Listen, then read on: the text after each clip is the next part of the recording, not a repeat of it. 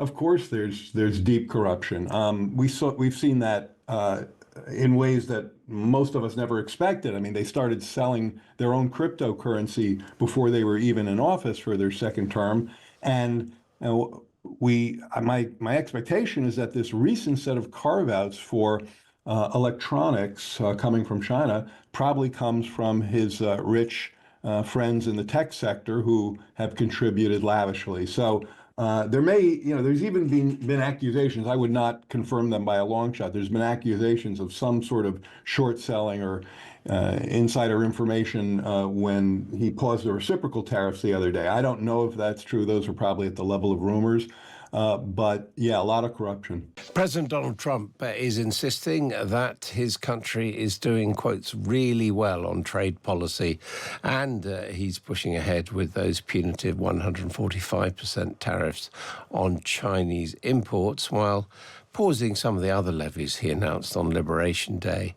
The markets, unsurprisingly perhaps, have been less convinced.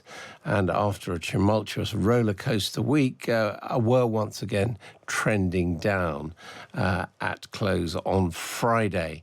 Joining me now is Jared Bernstein, who was the head of the Council of Economic Affairs under President Biden. Hello to you. What's your reckoning? Is it all a cunning plan as laid out in The Art of the Deal, what Donald Trump is doing with his international tariffs, or has it gone wrong and has he been forced into a reversal? Very much the latter. Well, at least he's very much gone wrong. This is a terribly ill-conceived plan by a misguided team that deeply misunderstands not just the overall economy, but the workings of international trade. You ask whether he has reversed his initiatives. Really quite partially, not nearly as much as I think some might believe. He has paused a set of the tariffs, he calls them the reciprocal tariffs, that were really quite stratospheric in terms of taking us back almost a century in terms of tariff policy. And we learned late last week that he's exempted a set of tariffs from China on electronic goods. But that's only about 25% of what we import. And a tariff on Chinese imports to this country of well over 100% is, again, totally unrealistic. So serious problems for our economy caused by this agenda. The argument is being made that the Biden administration as well was concerned about trade with China and kept in place tariffs which had been introduced by Donald Trump and indeed increased them in some areas. So you're doing the same thing. Certainly trade with China is worth being concerned about. I think every country that trades with China should be wary of what we called unfair trade. And typically what that means is China manufacturing overcapacity in many areas that they then export to the rest of the world at some cost to those countries' own sectors. The problem is there's a big difference between targeted tariffs, which is what Trump did in his first term and what we tried to expand upon in the Biden administration, and these vastly sweeping tariffs on everything. There are many good examples from ones that are just kind of ridiculous, like tariffing an island where no people live, just penguins, or tariffing, slightly more seriously, putting tariffs on goods that we're just not going to grow in this country, like coffee. So targeted tariffs can work. Sweeping tariffs typically undermine whatever goals you have, which is also a confusing and moving target with this president. I mean, the tariff which is still in place, the 10% flat tariff, that, you might not approve of it, but that couldn't it, mean a shift from tax towards tariffs as being a way of the federal government getting revenue? So this is one rationale we sometimes hear. And yes, tariffs can raise revenues if they're in the range of what you're talking about. 145% tariff on China will never raise any revenues because that's basically saying stop trading. But sure, it's possible to raise revenues. The problem with that is twofold. One is that it's a highly regressive source of revenue, meaning that it falls disproportionately on middle and low income people. At the same time, by the way, that our Congress is sharply cutting taxes for the wealthy. So there's a basic unfairness with that kind of tax policy.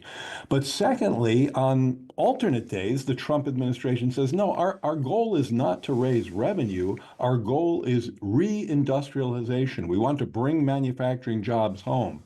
And the reason why the 10% or the 5% or the 100% tariff won't do that is because so many of the manufacturers, so much of what we manufacture here in this country requires our producers to import from other countries.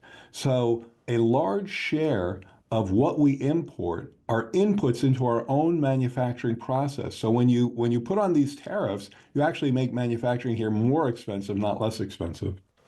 Got one of our listeners messaging us saying, please stop taking Trump seriously and considering that he has a master plan.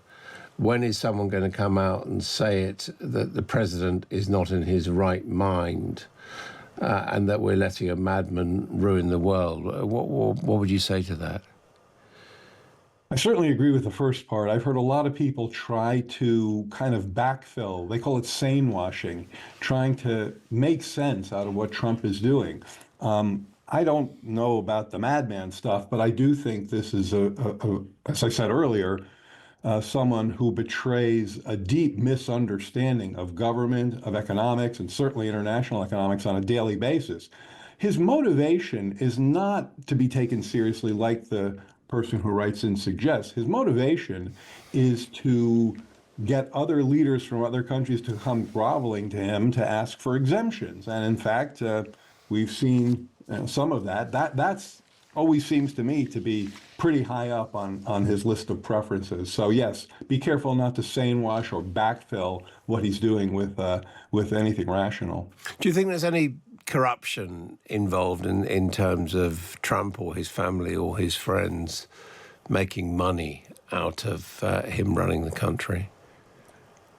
I mean, that question is going to get another bunch of callers to suggest, are you kidding me? Of course, there's deep corruption. We've seen that in ways that most of us never expected. I mean, they started selling their own cryptocurrency before they were even in office for their second term, and my expectation is that this recent set of carve-outs for electronics coming from China probably comes from his rich friends in the tech sector who have contributed lavishly. So there's even been accusations. I would not confirm them by a long shot. There's been accusations of some sort of short selling or insider information when he paused the reciprocal tariffs the other day. I don't know if that's true. Those are probably at the level of rumors. But yeah, a lot of corruption. Ms. Bernstein, finally, as you know, there's an old saying that you can't buck the markets. Do you feel that the way international markets have responded and international governments have responded is going to bring an end to Trump's Liberation Day policies? I really hope so. And when Trump first took off, and Trump took off in his second term, I did tell myself that one disciplining force out there would be the market. Certainly in Trump's first term, he was more responsive to the stock market. In his second term, he's been pretty blasé, ignoring trillions of dollars of wealth lost in financial markets until the bond market started a large sell-off late last week. That threatens a financial crisis, and even Trump and his staff could not be immune to that. And that's when they took off the reciprocal tariffs. So it is possible that there's a pain threshold there that the markets can trigger, but we haven't seen enough of it to be as confident as I'd like. Jared Bernstein, thank you very much indeed for joining us. And someone saying, is Times Radio ever going to have someone on defending Donald Trump? If you were listening yesterday, you would have heard Sebastian Gorka talking to Rod Liddle.